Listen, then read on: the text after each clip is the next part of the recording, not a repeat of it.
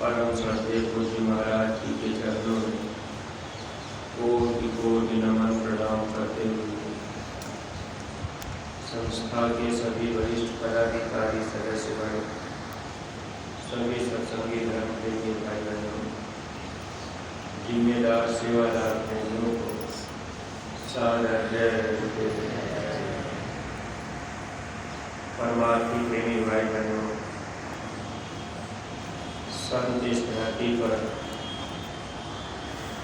हम जीवों के हित के लिए आया करते हैं। महात्मा कुछ देने के लिए आते हैं, लेने के लिए नहीं आते।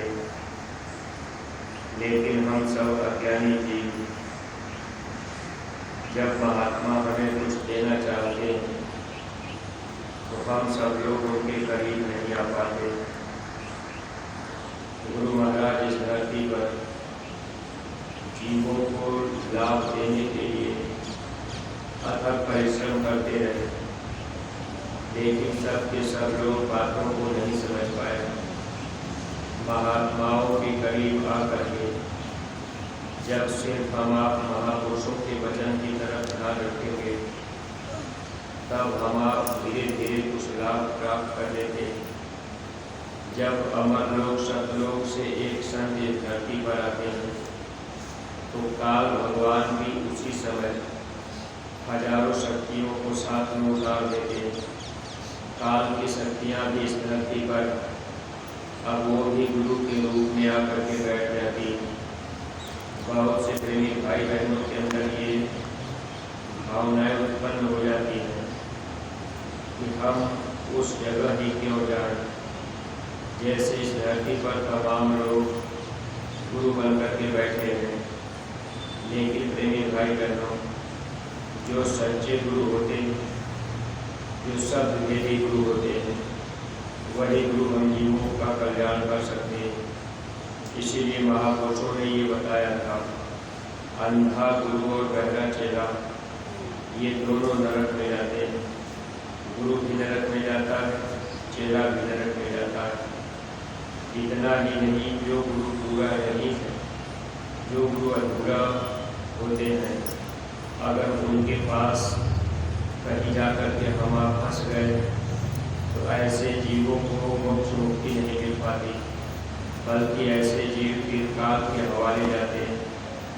महापुरुष हम जीवों के हित के लिए ये सब बातें बताया करते हैं, ताकि हम आप जब पूरे गुरु को पा लें तो अपना विश्वास और भरोसा पक्का करके गुरु के वचनों पर अपने तन मन धन की कुर्बानी रखें। अगर गुरु शब्द भेदी मिल गए और हम आप उनके लिए तन मन धन से हमेशा तैयार रहे। जब जैसी ज़रूरत पड़ी, तन की ज़रूरत पड़ी तो तन लगा दिए, धन की ज़रूरत पड़ी तो धन लगा दिए। जब तन मन धन से हम आप तैयार रहेंगे तो महापुरुष ऐसे जीवों के लिए निरंतर वो चाहते हैं कि ऐसे जीव कहीं फंसने न पावे। लेकिन तन मन की कुर्बानी कोई कोई जीव दे पाते। धन की सेवा तो थोड़ा बहुत लोग लगा देते हैं, धन की सेवा तो ऐसे ही बहुत से लोग आते जाते भी थोड़ा बहुत दे देते हैं। लेकिन तन और मन ये दोनों अपने गुरु को देना आसान काम नहीं। जो जीव पक्का विश्वास कर लेते हैं, भरोसा उनको हो जाता है कि नहीं गुरु हमको पूरे मिल गए, अब भले हमारा प्राण न्यौछावर हो जाए, लेकिन हम उनके आदेश से पीछे नहीं हटेंगे। ऐसे जीवों को महापुरुष निज घर पहुँचा देते हैं। स्वामी जी महाराज इस धरती पर हम सभी जीवों के हित के लिए आए, लेकिन देखिए काल भगवान वो हमेशा जीवों को फंसाने के लिए चालाकी करते रहते हैं। अब इस धरती पर तमाम प्रकार से गुरु घूम रहे, तमाम से गुरु हैं जिनको हम आप देखते भी हैं। लेकिन पूरे गुरु के लिए महात्माओं ने इशारा भी किया था कि जब वो मिलेंगे तभी शब्द का भेद मिलेगा। महात्मा शब्द का भेद बताकर फिर वो शब्द भेदी महापुरुष हर समय हमारी आपकी मदद करते हैं। शब्द भेदी गुरु की जरूरत क्यों होती है? क्योंकि ये रास्ता अंदर का है। जब हम आप सुमिरन ध्यान भजन करेंगे, अंदर चलेंगे, तो अंदर में भी काल की शक्तियाँ गिराने का काम करती रहती हैं। इसलिए साधक के साथ सद्गुरु बराबर मौजूद रहते हैं। स्वामी जी महाराज इतना तक कभी कभी बताया करते थे कि जब साधक अंदर में सफ़र करता है, गुरु भी साथ साथ रहते हैं। कभी कभी माया के सामानों को देखकर साधक गुरु को अब उनको दूर कर देता है, यानी गुरु से वो खुद दूर हो जाता है। गुरु आवाज़ भी देते हैं कि देखो तुम इसमें फंसना मत, लेकिन फिर भी वो उसमें फंस जाता है। ऐसे बहुत से जीव साधना करने के बावजूद भी गिर गए। स्वामी जी महाराज सबके हित के लिए ही बताया करते थे। इसीलिए महात्मा हर तरह से हम लोगों की इच्छाओं को यही खत्म करने का काम करते हैं। और जब हम लोग अपने आप को कुर्बान कर देंगे, अपनी बुराइयों की कुर्बानी कर देंगे, तब महात्मा जीवों को यहाँ से आसानी से ले जाते हैं, क्योंकि इच्छाएँ नहीं रहती।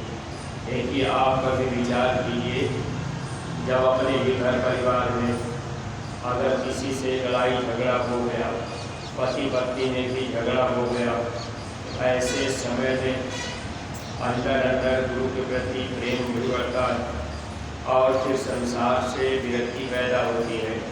संसार से ऐसा लगता है कि संसार में कुछ है नहीं, हमने इनके लिए इतना किया और इन्होंने मेरे साथ ऐसा किया।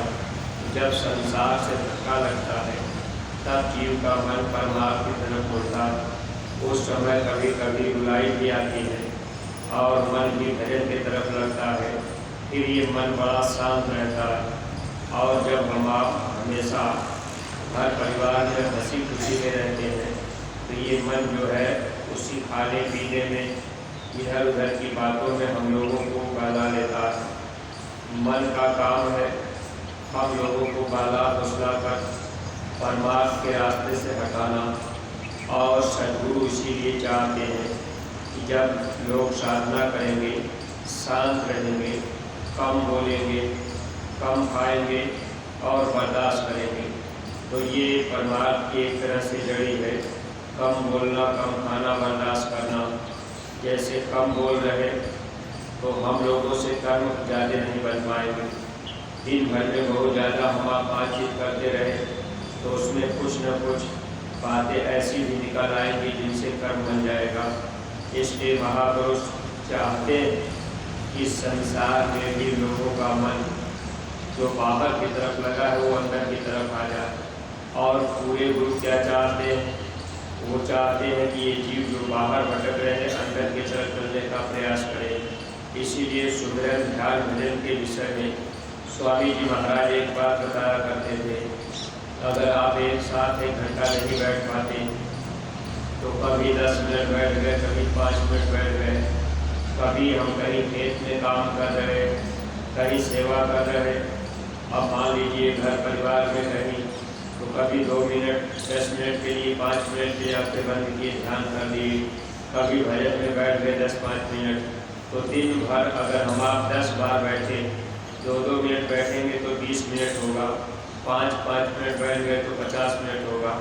यह भी समय हम लोगों का जोड़ दिया जाता है। इसलिए जब जब मौका मिल जाए, जैसे सुमिरन ध्यान भजन सुबह शाम हम आप करते हैं, बीच में भी जो मौका मिले, अगर खाली समय है 2-4 मिनट के लिए ध्यान में बैठ गए, खाली समय मिला 10 मिनट 5 मिनट भजन में बैठ गए, अब खाना खाने जा रहे, अब फिर 2 मिनट के लिए ध्यान में बैठ गए। इस तरह से ध्यान और भजन के तरफ जब हम लोग ज़्यादा इधर की तरफ हो जाएंगे तो ये मन धीरे धीरे शांत होने लगता है।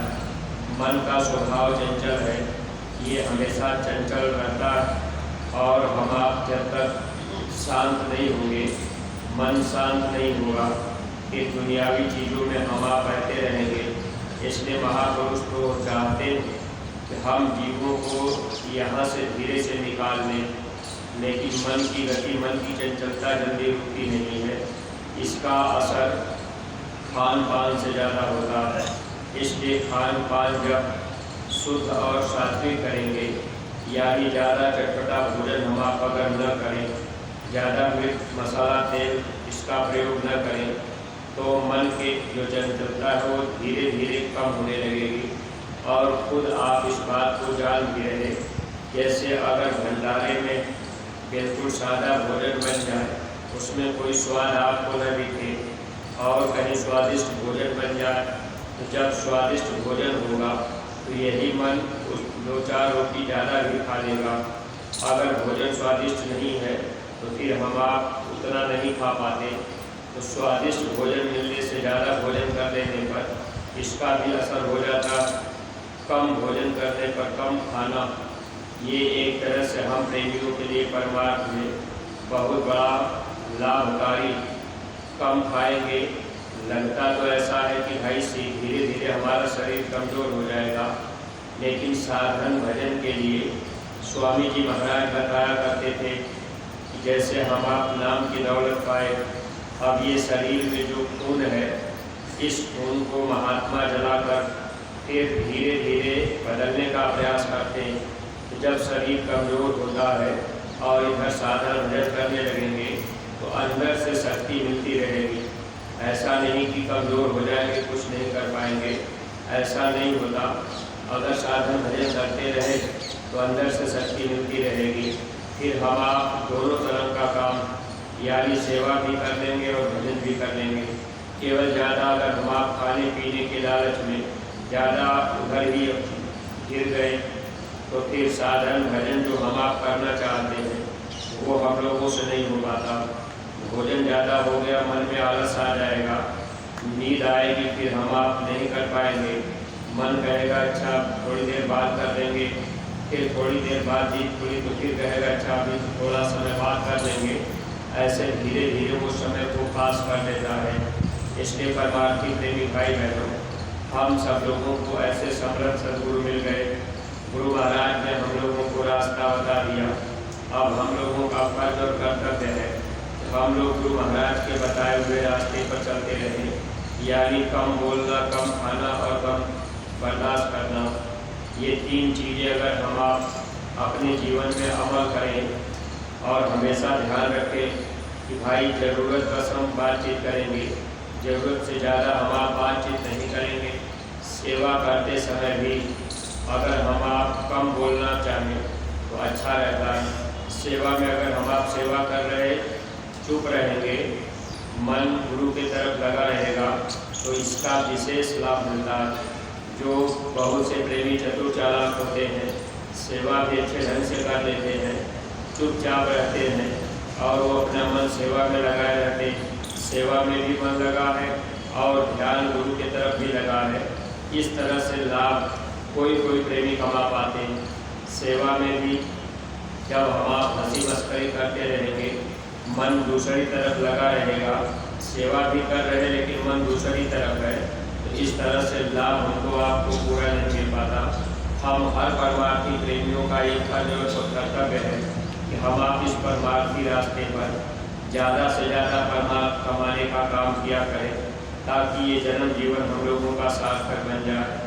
और देखिए प्रेमी भाई बहनों, समय सेवा का है, मौसम भी अच्छा है, सेवाएं चारों तरफ तेजी में चल रही हैं। हॉस्पिटल पर भी सेवा तेजी में चल रही और इधर आपके आंवले बाग की तरफ भी सेवाएं हैं। चारों तरफ सेवा का काम चल रहा है। इसलिए जो प्रेमी जहाँ जहाँ सेवा कर रहे हैं, जो प्रेमी धूप घास पात में लगा रहे, निकाल रहे, अपनी अपनी सेवाओं में सब लोग पहुँच जाएंगे।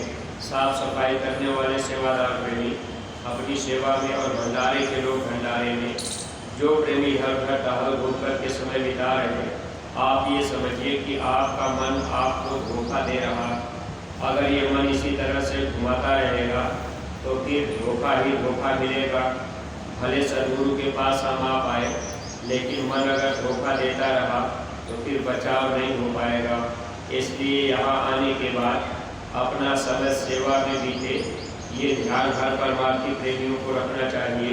केवल खाने पीने घूमने टहलने में समय अगर बीत जाएगा तो ऐ प्रेमी भाई बहनों, जब हम आप मनुष्य शरीर में नहीं थे तो 84 लाख योनियों में वहाँ घूमने टहलने में ही समय बीता। जब कुत्ता बन करके, सुअर बन करके हम लोग 84 लाख योनियों में पड़े थे, वहाँ हम आप सुबह से शाम तक घूमते रहे। रात में देखिए कुत्ता रात दिन भागता दौड़ता घूमता रहता है। अब उसके लिए कोई बंधन नहीं है। अगर सद्गुरु के मिलने के बाद भी अपनी इच्छाएं घूमने टहलने की बनी हुई, ये तो स्वभाव है।